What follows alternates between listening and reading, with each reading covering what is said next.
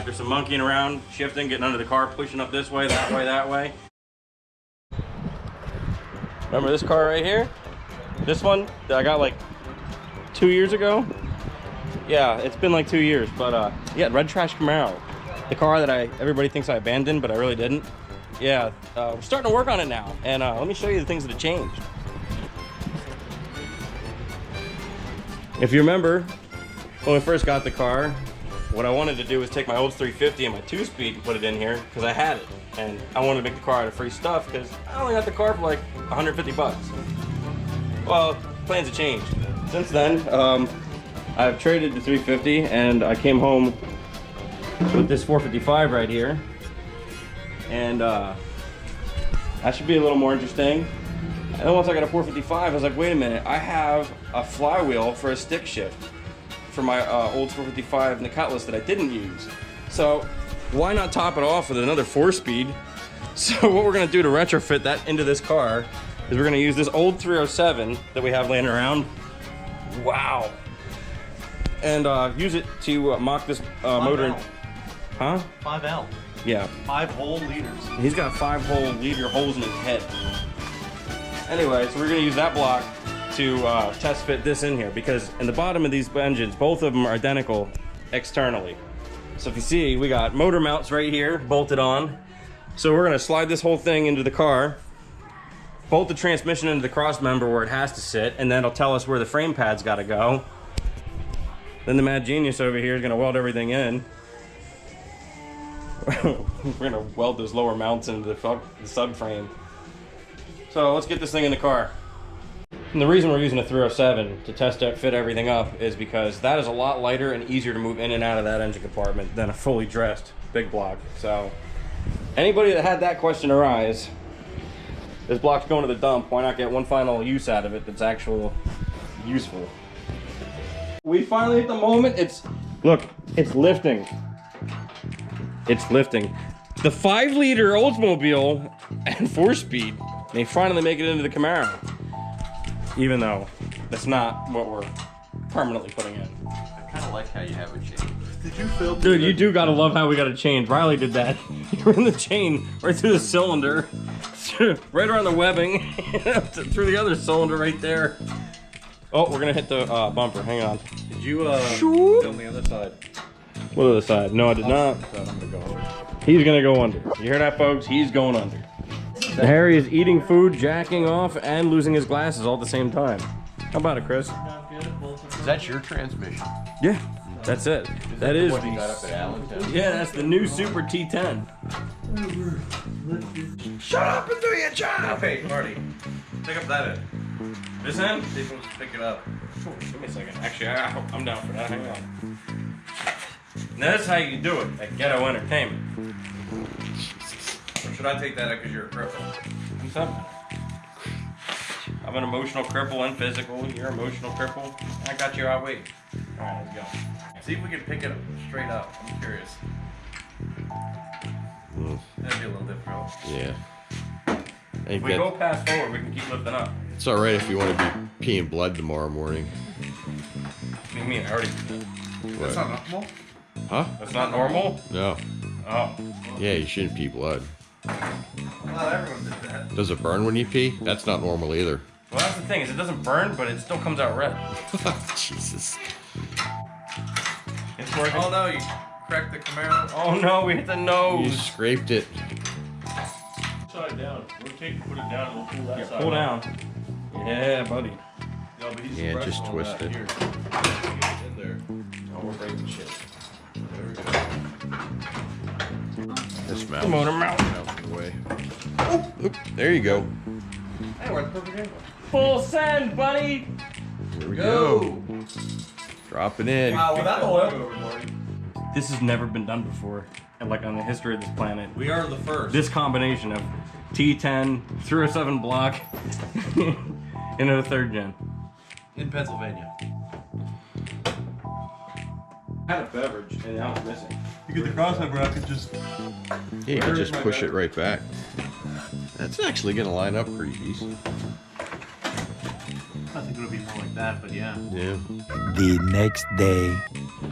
Let's pick up where we left off, shall we? Look at it. We got a 307 in there with a 4-speed. Wow. We determined that we got to take this back out, bolt the 4-speed up to this. It would make life a lot easier to put this in and know exactly where it's going to fit and what's going to hit what when we go to weld these mounts in. This way, if something can be shimmied this way or shimmied that way just to make enough clearance, I'd rather find that out before we weld it in versus after. So I think that's the next step. I'm going to put the power steering pump on, the starter, at least the starter and the power steering pump for now, because those are the things I want to make sure aren't going to bash into stuff. I'm almost worried about the power steering pump hitting the steering box. I don't know where it's going to sit, so we got to dump this thing in. A little bit of that will do just fine if it comes out the can. Yeah.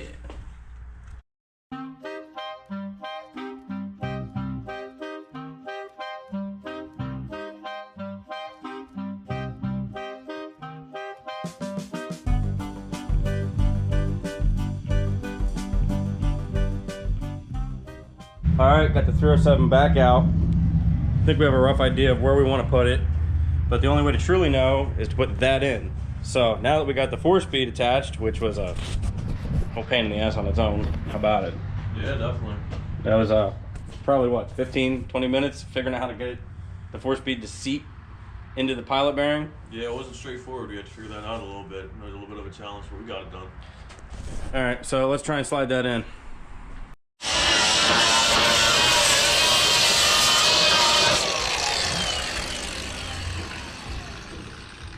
Oh yeah? Ah, yeah. Oh yeah. Oh, yeah. Thanks.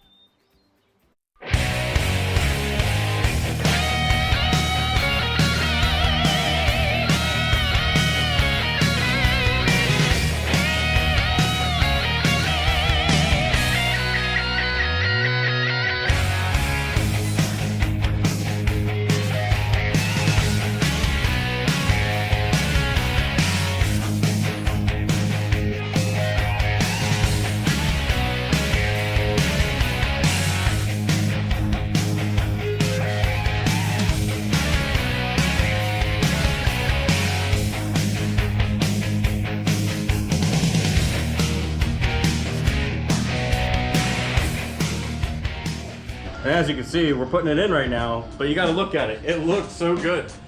You can tell it's definitely not meant to go in this car. My 455 and the Cutlass and the one right here are the same size. This thing just looks way bigger than it is. It looks gnarly. Oh, gnarly! Well, it officially fits.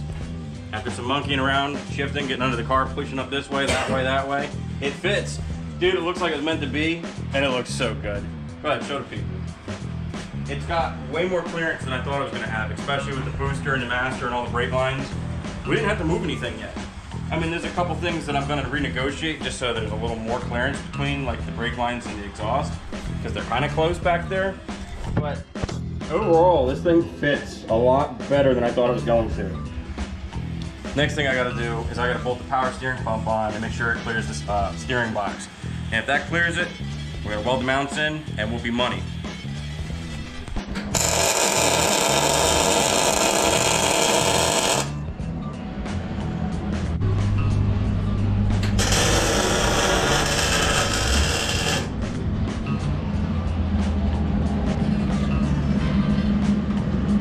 Alright, so that's going to wrap today's episode up. We still got a lot more to do, but that's not happening today. The motor is in, it looks good.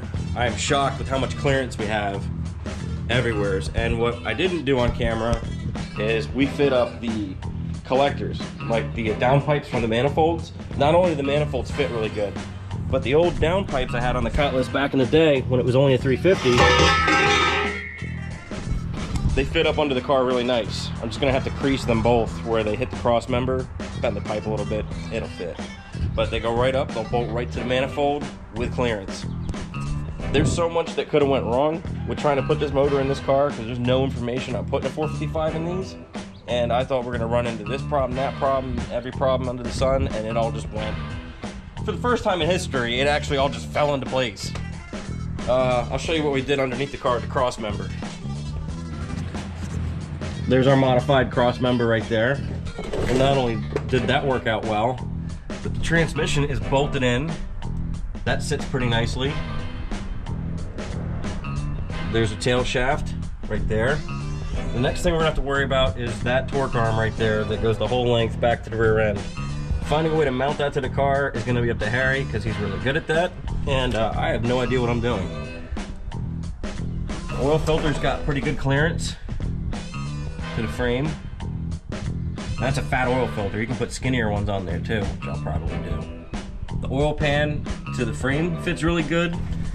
The center link, like the steering arm, that clearance, that's really clearanced on the oil pan, which is weird because a 455 in my dad's wagon actually got a hole rubbed in the pan by the center link. Go figure. So what's left to do is, now that he's tack welded the motor mounts into the frame, you gotta pull the motor and train it back out, and then I gotta pound the firewall in a couple spots, finish welding those mounts in, and I think we'll be in the money to put it back in. I'm getting very excited. Very excited. Very excited. Very excited. Very excited. All right, I'll see you guys later.